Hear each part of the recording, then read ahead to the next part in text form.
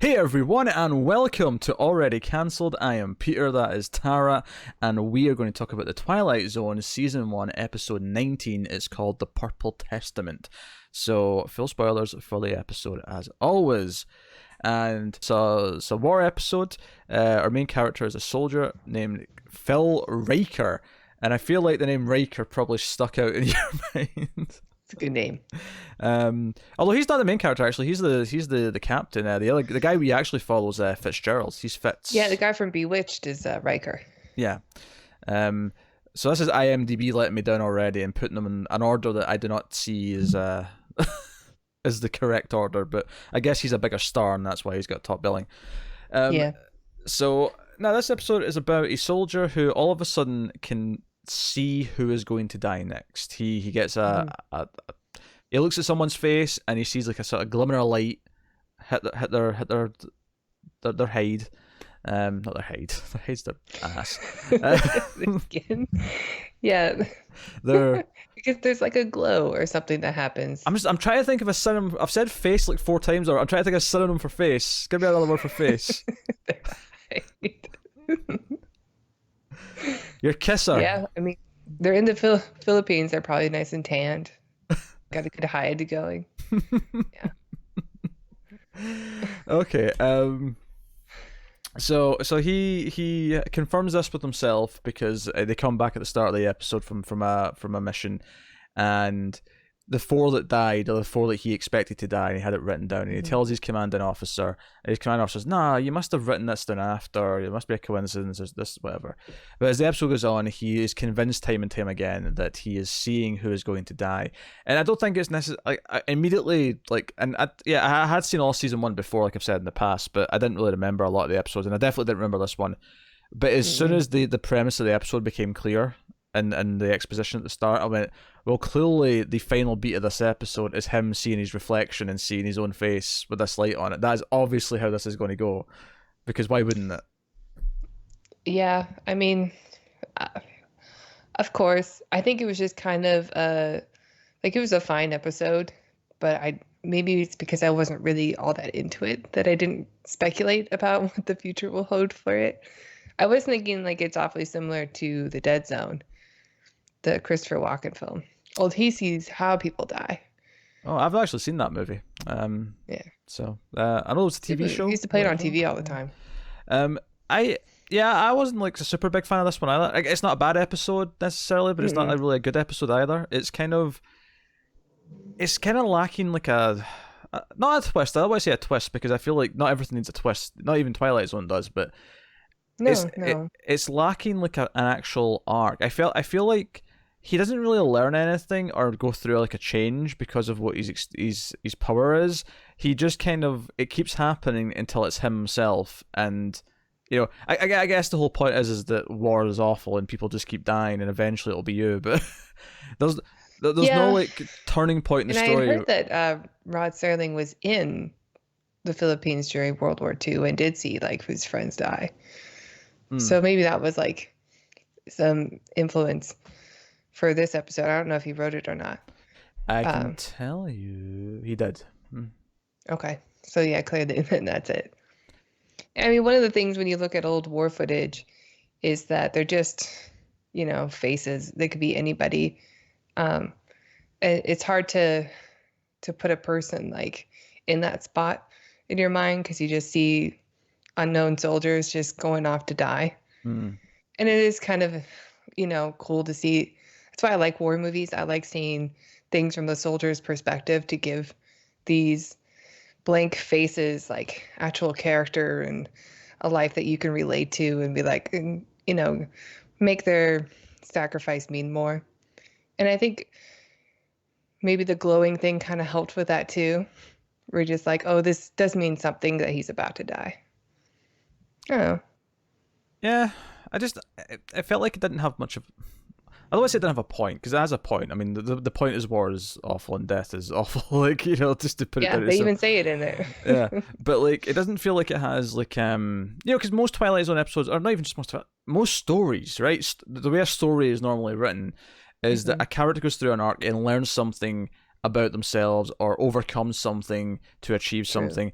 And I mean, that can still end with the character dying at the end. Of course it can. Like that can be a sacrifice. It can be anything.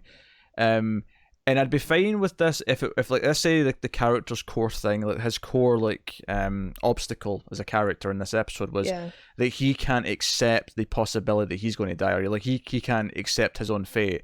So him ultimately deciding to go off quietly and accept it would be kind of his dramatic endpoint. But I never really got that specifically from him. I just got the he does try to save people, like when his Colonel Riker, who just Captain, like he sees the glow in his face. Corporal, I don't know. Captain. What is it? Captain. Captain Riker. Finally, you made it. No, yeah, I mean, he does try and save people, but I just there's a lack of like an actual like arc for me in this episode. It feels just kind of like he does the same thing over and over again. You know, after the first group, and he tries to explain it to his captain. He's taken to the hospital for a psych eval, and his captain's like talking to the doctor and be like, "Well, go on then. Is he crazy? Like, what's going on?" And he's like, "No, I mean, he's healthy as a horse. He doesn't seem to show any other signs of like any like typical illness or anything like that." But and he visits like the one survivor of the previous run, and of course he's being nice with them, and he's been like, "Oh, you get to go home soon because you're injured," and so on and so on.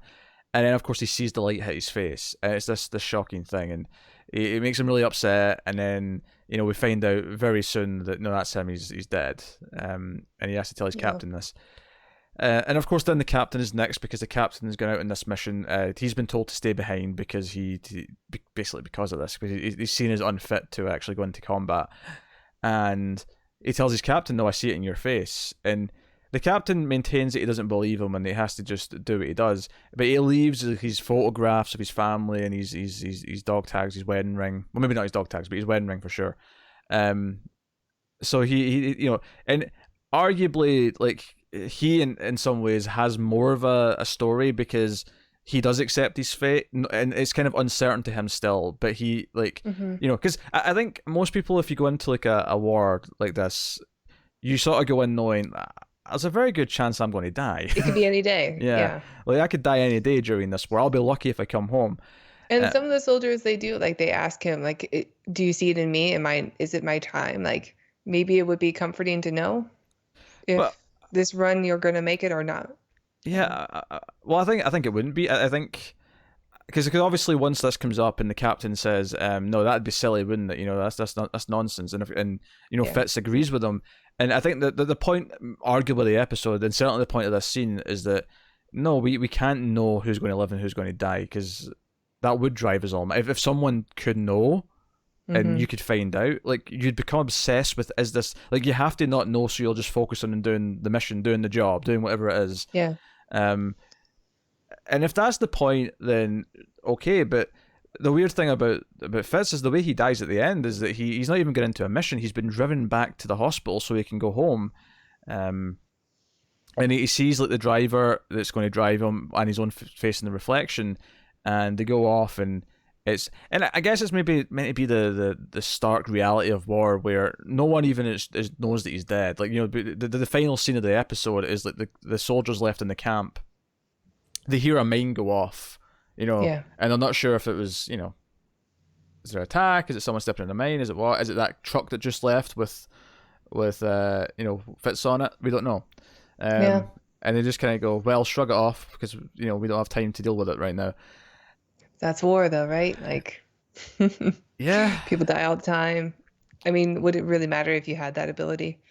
Yeah, I think in a war zone, it might have worked better if I got more of an emotional connection with Fitz.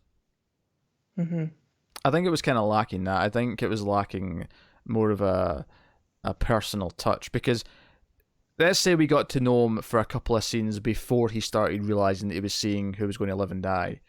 I'm thinking back to the episode with the astronauts and they're vanishing one by one. Like, we got to see him with his friend before he vanished for quite a bit of time. So when he vanished, it meant something, right? And arguably that's kind of what the captain's there for, because he vanishes quite late in the episode. but we don't, immediately he's distraught about people who are dead and missing, and I think it's hard to get into the emotion of it because this is my thing with stories that are based on true stories. I mean, not that this is a true story, but based on a war or based on a real tragedy or based on a biopic, anything like that, is that I fundamentally don't agree with the idea that just because it's based on a real thing and it's happened to real people, that if I'm watching the movie or the TV show, I'm going to care just because it was real. You still have to do the work to make me care about the character in the context that this is a TV show or this is a movie, Sure.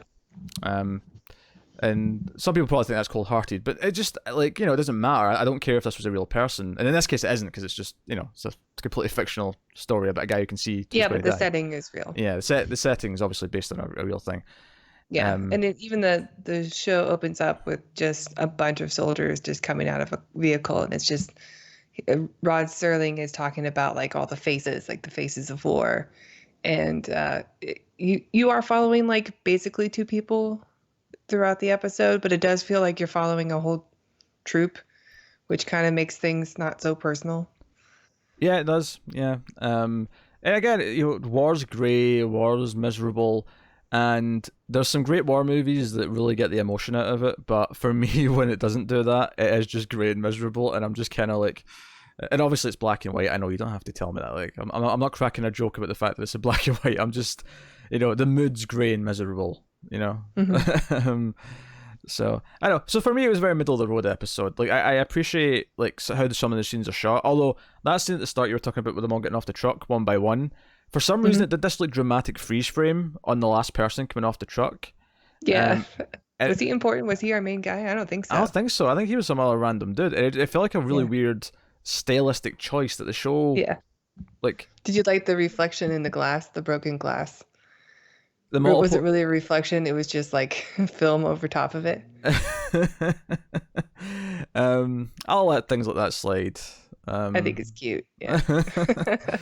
That's got a bit of charm to it because it's how do we film all these reflections at the same time? But I'm okay with that. I can live with that.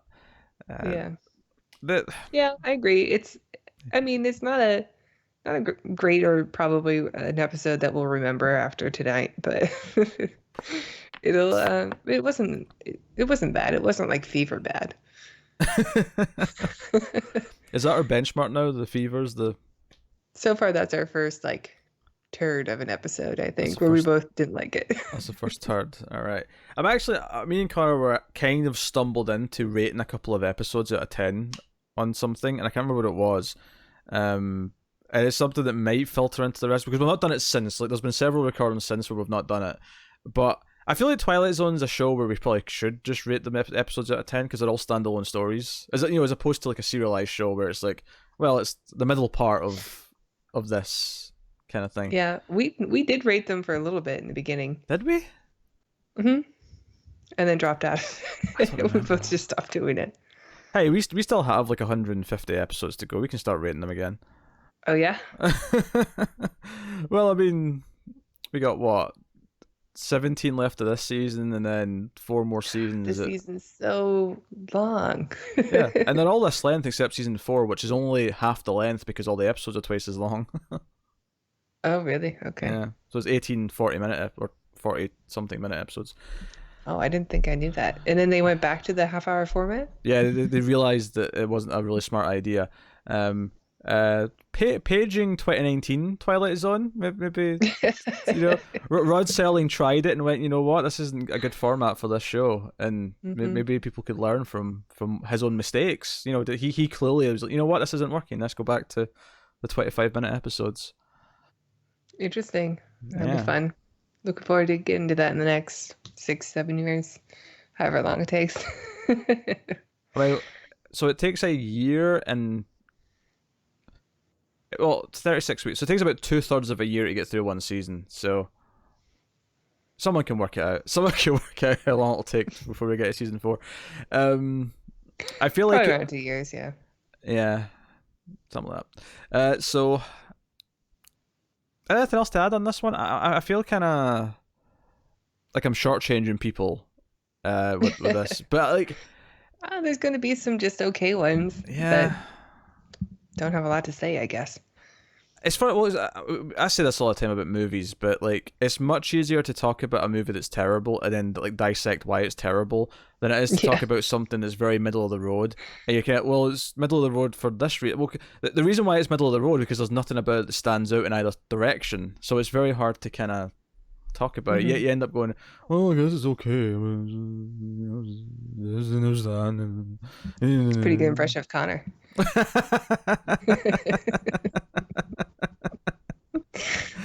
Oh, and that's having a good day as well. So no, I guess that's a short discussion for the purple. Was it the Purple Testament? Yeah, the Purple Testament. I was like, is that the right color? From some Shakespeare play.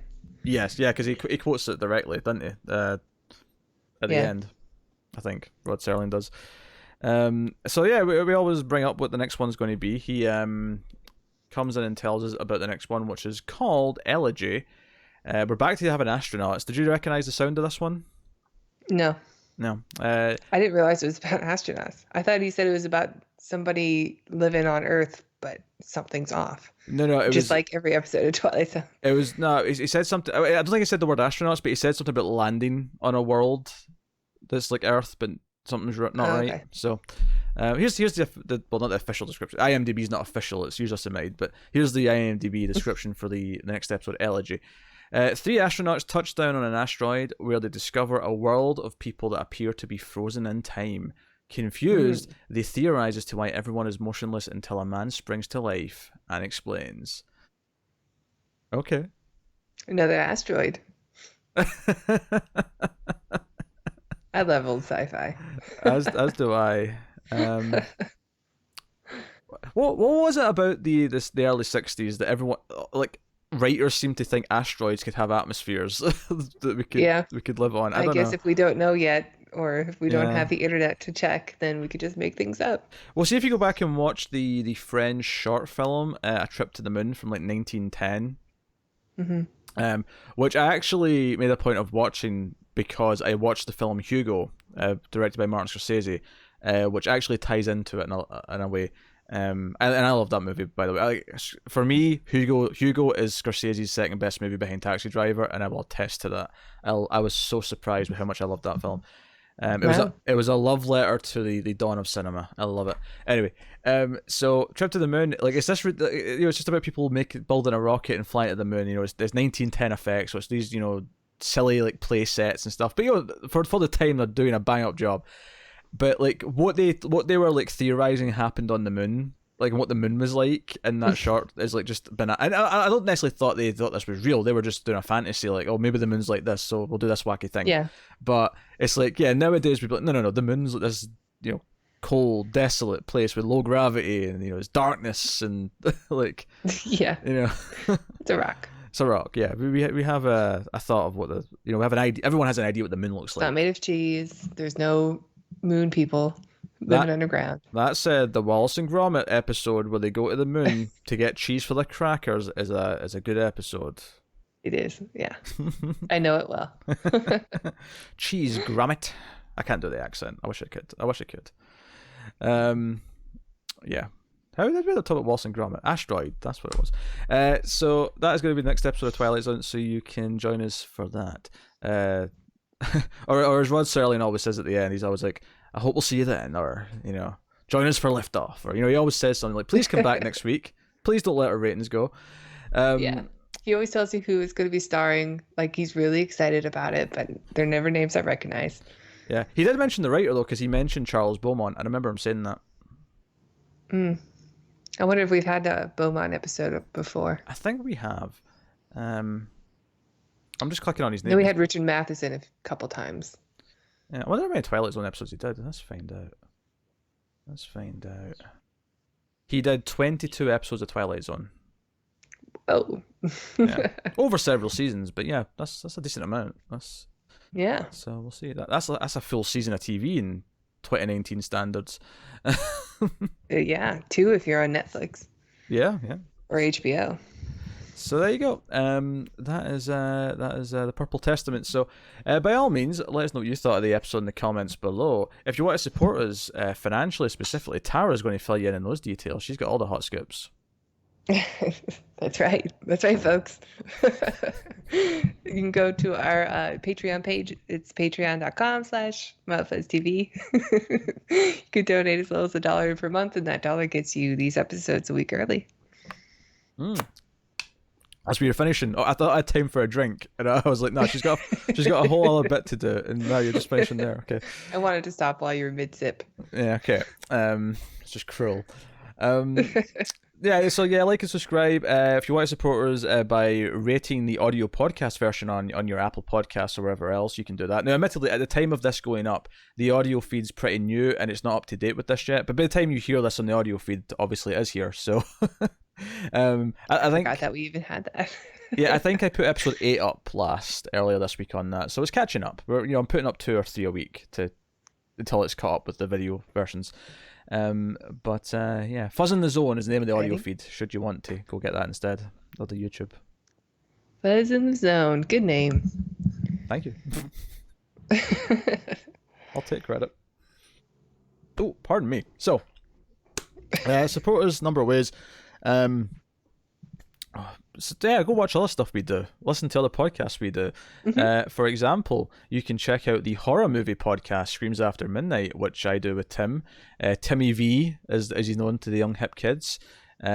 He's a big fan of Leprechaun 2 and The Boy, and I like Leprechaun 2. He's a bit of a character, and I'm a sensible straight man, of course, in the relationship who keeps things on track. And tries to have serious intellectual discussions about some horror filmmaking, whilst Tim makes penis jokes or something. I don't know what he does. But check out. If that were true, then you wouldn't even watch Leprechaun 2.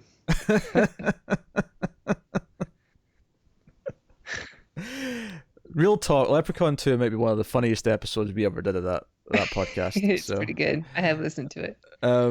Tara, you promote something. Well, if you're into sci-fi, we also do a science fiction podcast called the ACE, the Atomic Cinema Experiment. I don't know how many episodes we've done so far. I guess 13 or 14. The last one that went public is number 12. Yeah, so you can check that out. There's also the Star Trek the Star Trek reviews that you guys are doing. I think season 2 is starting now, so that'll be exciting. I watched the first. I mean, obviously, I don't know when this will come out in correlation to when that video comes out, but I can tell you that on the day of recording today, I watched the first episode of season 2 of Star Trek: The Next Generation. What'd you think of the beard? Riker's so much better with the beard. I mean, Whoopi Goldberg was in this episode, so she finally popped up. Was she not in season 1 at all? Not at all. No, this was the first time. Oh wow! Yeah, her and her set that she's in, the bar set, are all completely new additions for season 2. And I did a little bit of research after the fact. They upped the budget per episode for season 2 because of the response to season 1. I guess some people thought it looked too cheap, so they upped the budget a little bit. Yeah, I think it does look good. It looks a lot more like the original series in season 1, comparative to the rest of the series, anyway. So yeah, well, that's cool. You got Guinan with her big hats. Yeah, she's got very big hats. Riker. You got 10 Forward, and you're gonna get Dr. Pulaski. Yeah, we had her in this episode too, as Tara's dogs. Oh, sorry, Tara's cat. Pardon me, causing trouble. I was blaming the dog there. Not that I have bias or anything. So yeah, check it out. And the main appeal, by the way, for those Star Trek reviews is that me and Connor are seeing it all for the first time. We're working through it all. We finished the original series. We're on season 2 of Next Gen now, and this is a maiden voyage for both of us. So we're having fun speculating and chatting about all the weird and wacky episodes that pop up. But that is us. So thank you very much once again for watching or listening. We always appreciate it. Keep watching TV, guys. In the Twilight Zone.